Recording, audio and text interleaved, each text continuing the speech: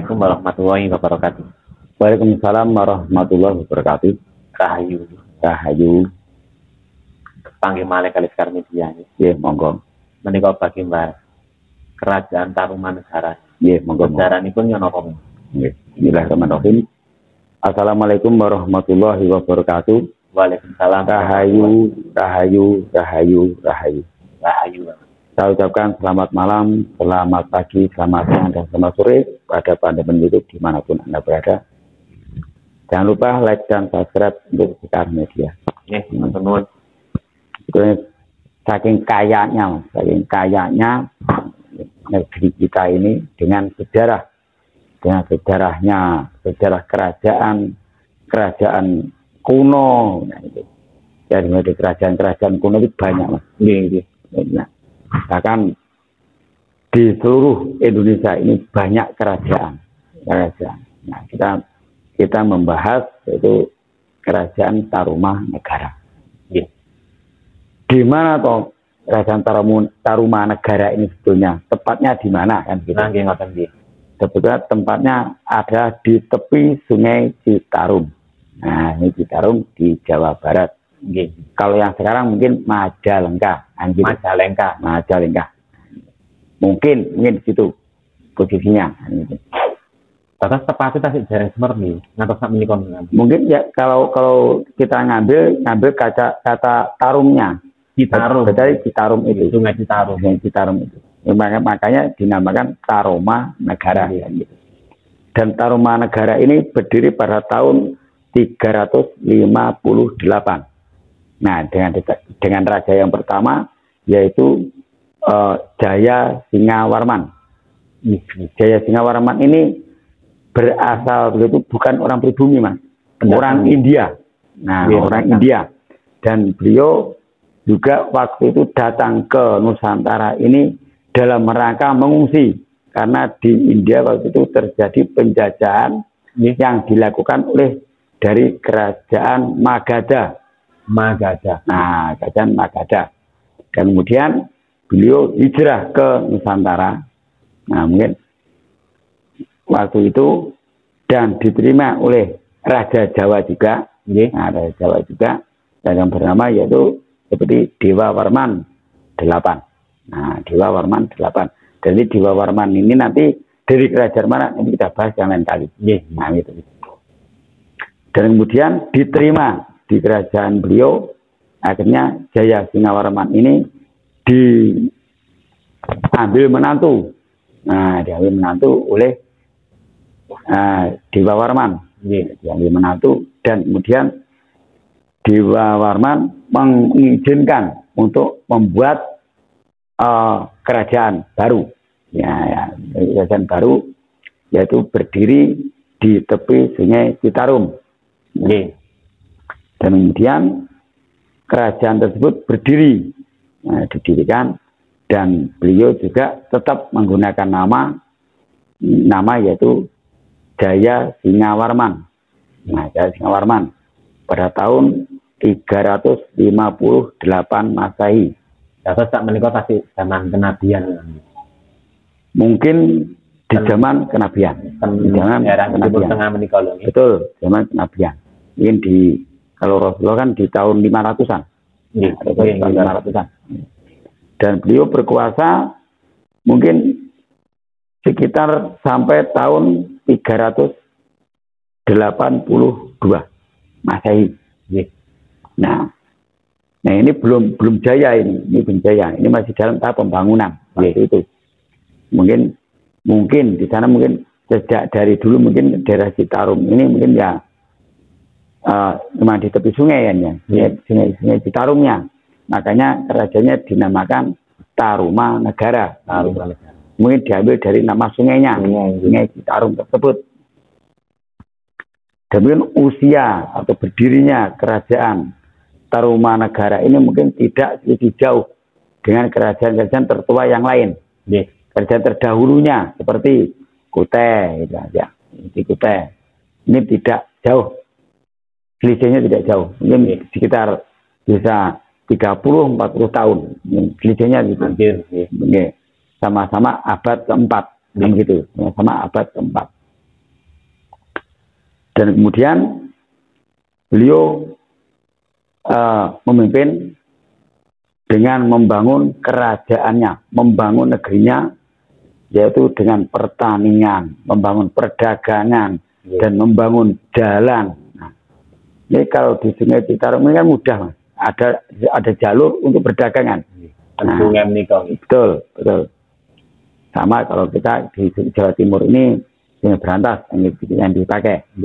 Sungai Berantas nanti tembusnya ke Kalimas. Ini kalau di zaman Majapahit. Ini kalau di Citarum ini mungkin juga tetap ke laut kan ya, tetap ke laut akhirnya.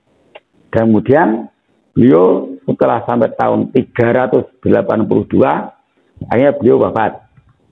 Nah, Jaya Singawarman ini dari tahun 358 Masehi memimpin sampai tahun 382 Masehi.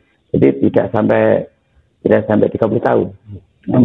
Nggih. Mboten perang. Betul. Waktu itu kan kerajaan kan belum jaya. Nah, belum jayanya. Masih dalam tahap pembangunan. Kemudian dilanjutkan oleh putranya, yaitu Dharma Warman ini adalah putra beliau.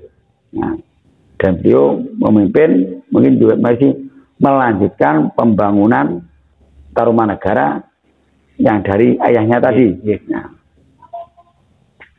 dan sampai di situ juga akhirnya kerajaan tersebut bisa mengumpulkan warga ini bisa semua berbondong-bondong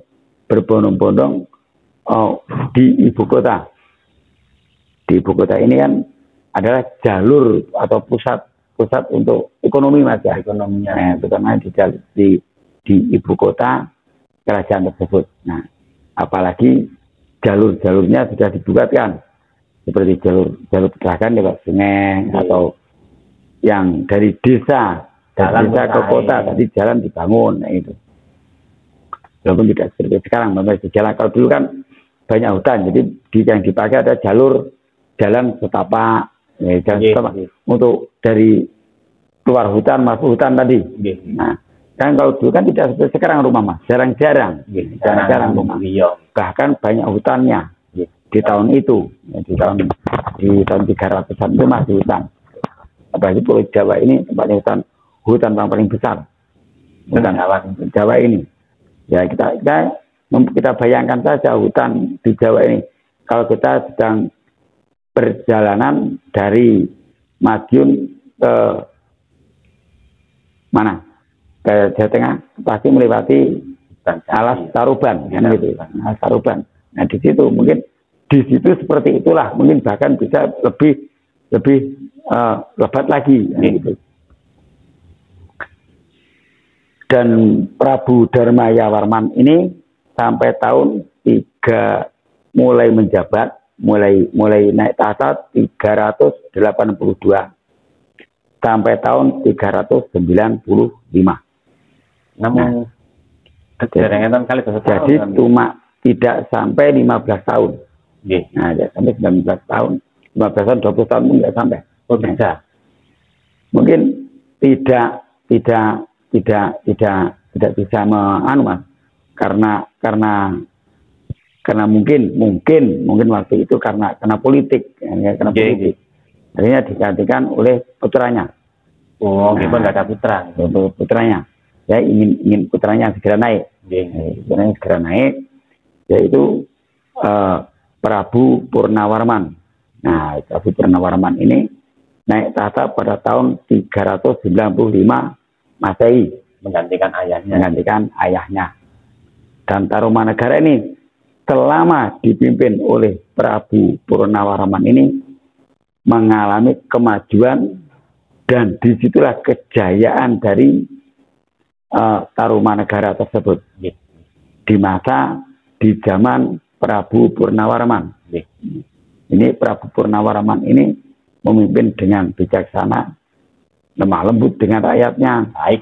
Nah, ini kalau seperti yang pemimpin yang terdahulunya, Tidak seperti Tirtayus yang luhurnya.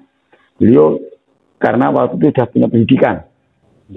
Sudah punya pendidikan dengan agama Hindu Budaya. Nah, di zaman itu yang agama tersebut di Tarumanegara ini adalah Hindu dan Buddha. Nah, Hindu dan Buddha. Dan terusnya Mas, ini terus berkembang terus dan berkembang. Tak menikah dari wonten Islam ya. Itu dereng Mas. Islam itu baru yang ada hanya di Timur Tengah saja. Waktu itu betul ada di Timur Tengah. Karena belum ada pedagang-pedagang atau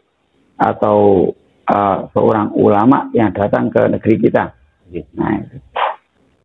Dan di Nusantara ini kerajaan-kerajaan juga banyak sekali. Mungkin ada yang mengklaim ini yang lebih tua. Ini yang lebih tua. Kita lihat dari sejarah dulu. Memang kalau seperti kerajaan Sailendra ini kan berdiri pada abad ke-7 dan ke-8. Berdiri pada tahun 700. Tahun 700-an. Di Kutai. Nah, dan Kutai ini pun tidak jauh selisihnya dengan Tarumanegara. Betul paling satu Tarumanegara. Nah, bisa Tarumanegara, bisa Kutai Kertanegara. Karena versi-versinya ada yang lain kan gitu. Tapi kalau tahun, kita lihat dari tahun, bisa lebih tua dari Tarumanegara tersebut. Betul. Kalau Tarumanegara berdiri pada tahun 358 Masehi. Kerajaan Kutai di kepala 4 tahun 400-an. Nah, jadi lebih tua Tarumanegara begitu. Zaman sak monten niku ten Pulau Jawi ini pun karena tiang. Apanya? Tiang Jawi pun kata. Tiang Jawa ini udah ada Mas. Jadi udah ada Mas ya. Kalau tidak ada penduduknya, mana mungkin kita membangun kerajaan. Terus rakyatnya mana? Lagi. Nah itu Mas, rakyatnya mana? Dan kalau orang kan dulu kan tidak ada Jawa Barat, Jawa Tengah, Jawa Timur, kan nggak ada. Ini Jawa. Kalau orang Belanda kan itu Java. Atau zaman saat menikah Pulau Jawa kali Pulau Sumatera tak digandeng. Dulu sebelum meletusnya Gunung Krakatau ini masih jadi satu. Yang memisahkan itu menurut sejarah. Menurut sejarah kan begitu. Memisahnya Pulau Jawa dan Sumatera ini kan meletusnya Gunung Krakatau. Nah, itu bukan anak Krakatau, tapi Krakatau yang Krakatau Purba. Krakatau Purba. Nah, ada cerita kan Mas.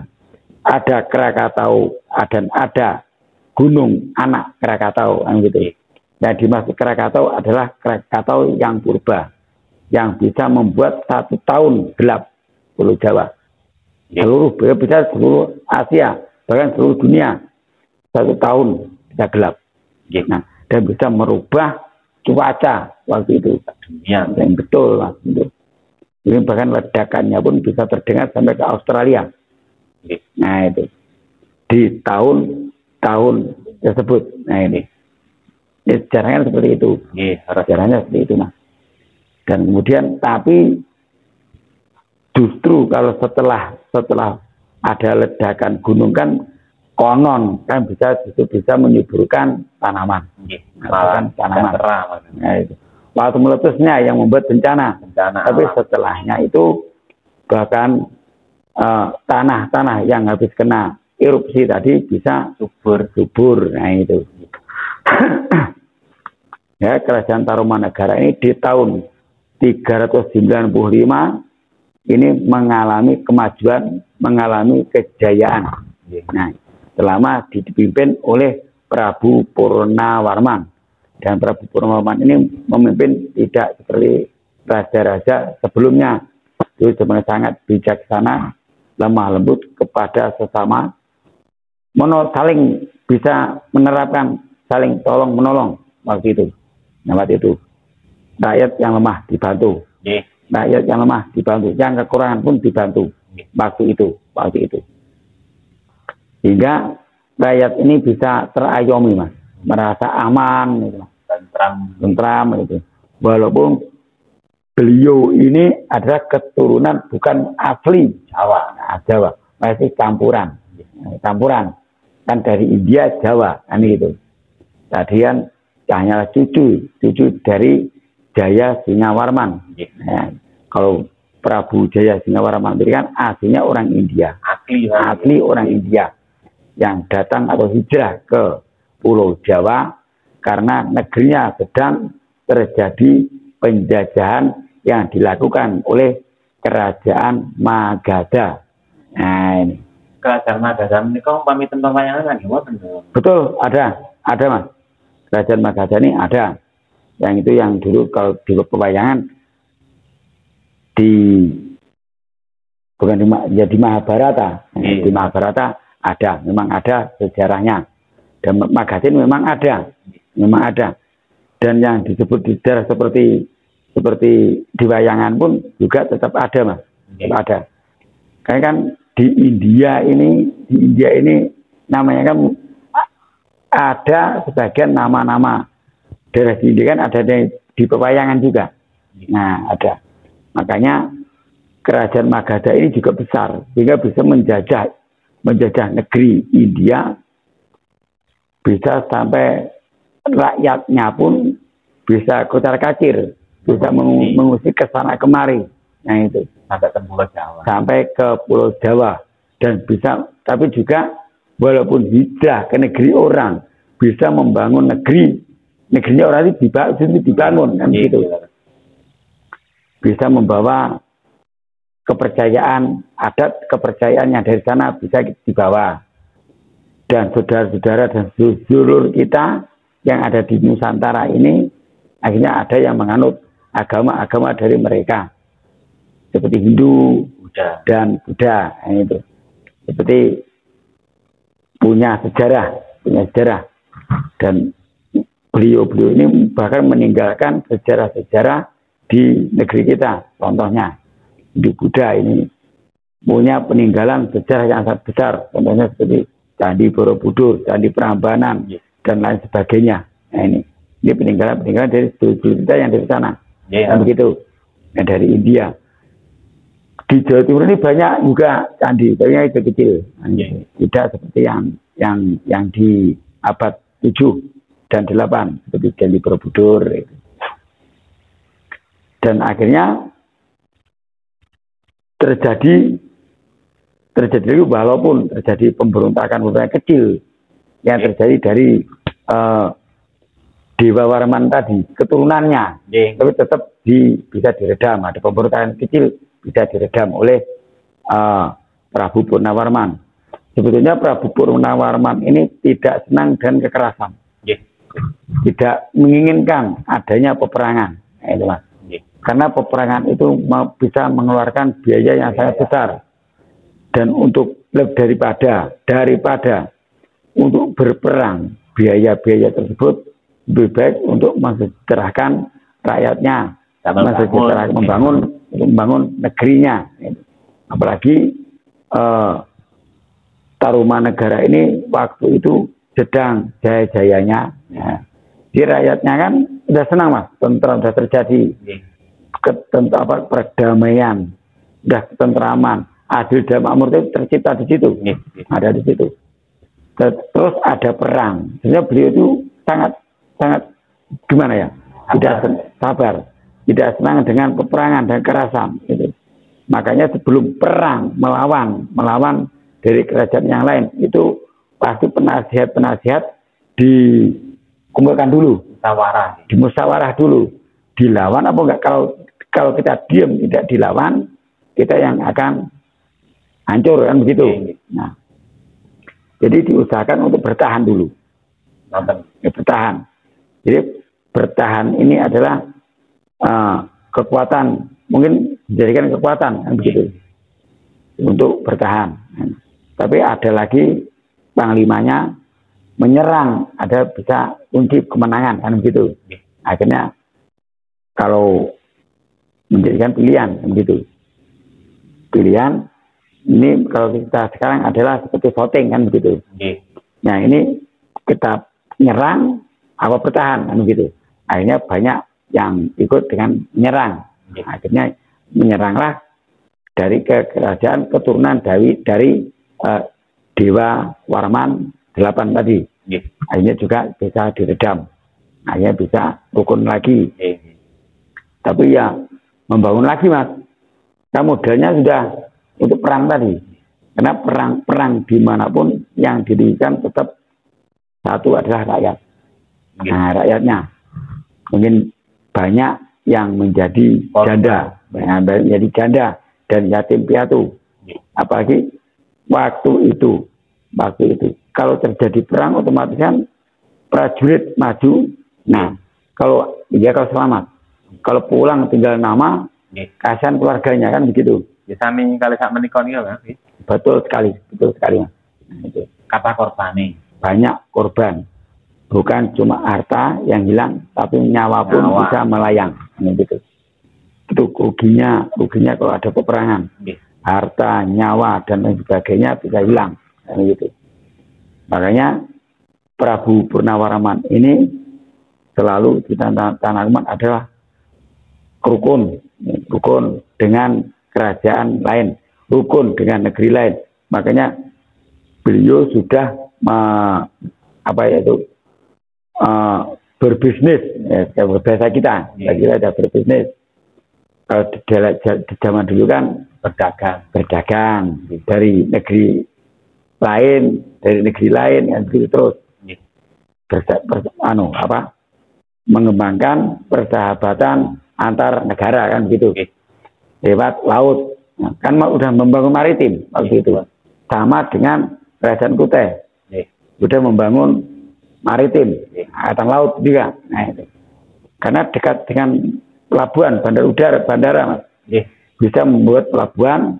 Tapi itu tadi Mas, setiap kerajaan yang ada dermaga atau tempat maritimnya, ada angkatan lautnya, pasti cepat maju. Nah, itu kebetulan Tarumanagara waktu itu dibangunnya maritim atau perdagangan laut, transportasi laut di zaman Prabu Purnawarman, sehingga bisa menjadi maju tadi itu. Nah, begitu Mas. Matur penjelasanipun tentang kerajaan Tarumanagara.